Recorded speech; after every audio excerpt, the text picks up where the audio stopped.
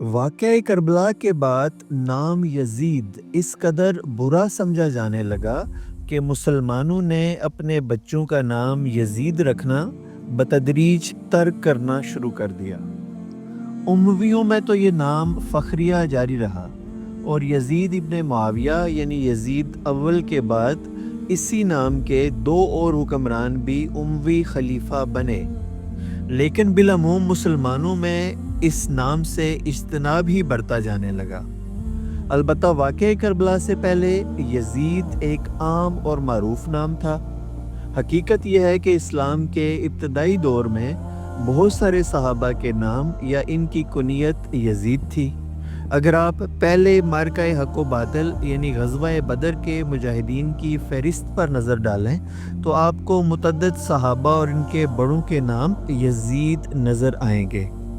غزوہ بدر میں جو 14 مسلمان شہید ہوئے ان میں یزید ابن الحارث بھی شامل تھے، یعنی پہلے معرکہ حق و باطل کے پہلے شہداء میں بھی یزید نام کے ایک صحابی شامل تھے۔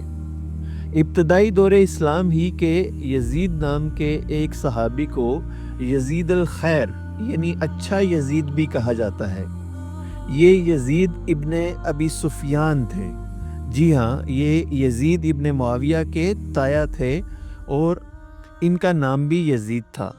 ان کو حضرت ابو بکر صدیق رضی اللہ عنہ کے دور میں شام کی مہم پر جانے والی اولین مسلم فوج کا ایک نمایاں کمانڈر بنایا گیا تھا۔ جنگ یرموک میں بھی یہ خالد بن ولید اور عمر بن العاص جیسے صحابہ کے ساتھ نمایاں ترین کمانڈرز میں سے ایک تھے۔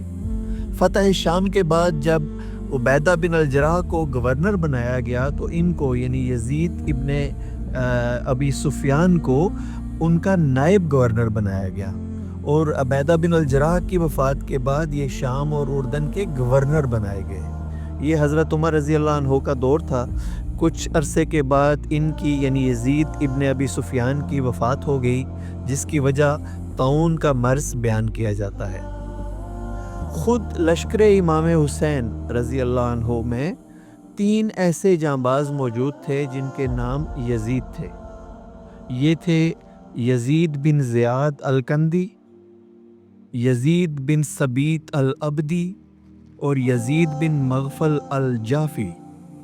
خود حضرت حر جو ابن زیاد کا لشکر چھوڑ کر لشکر امام حسین میں آ گئے تھے، ان کے والد کا نام بھی یزید بیان کیا جاتا ہے۔ جیسا کہ ہم نے شروع میں عرض کیا، اموی خلفاء میں یزید بن معاویہ کے بعد 2 حکمران اور بھی ایسے گزرے جن کا نام یزید تھا۔ ان کو یزید ثانی اور یزید ثالث کے نام سے جانا جاتا ہے، لیکن یہ یزید بن معاویہ یا ہاؤس آف سفیان میں سے نہیں تھے، مطلب یزید بن معاویہ کی اولاد میں سے نہیں تھے، ہاؤس آف سفیان میں سے نہیں تھے، بلکہ یہ ہاؤس آف مروان میں سے تھے۔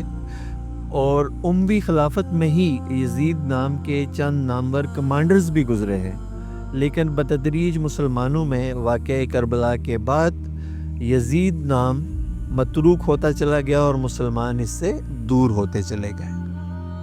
اس ویڈیو کا بنیادی مقصد یہ شیئر کرنا ہے کہ واقعہ کربلا کے بعد یزید سے اور اس کے کردار سے مسلمانوں کو اتنی زیادہ نفرت ہو گئی کہ انہوں نے آہستہ آہستہ یزید نام کو ہی ترک کر دیا اور اپنے بچوں کے نام یزید رکھنا چھوڑنے لگے۔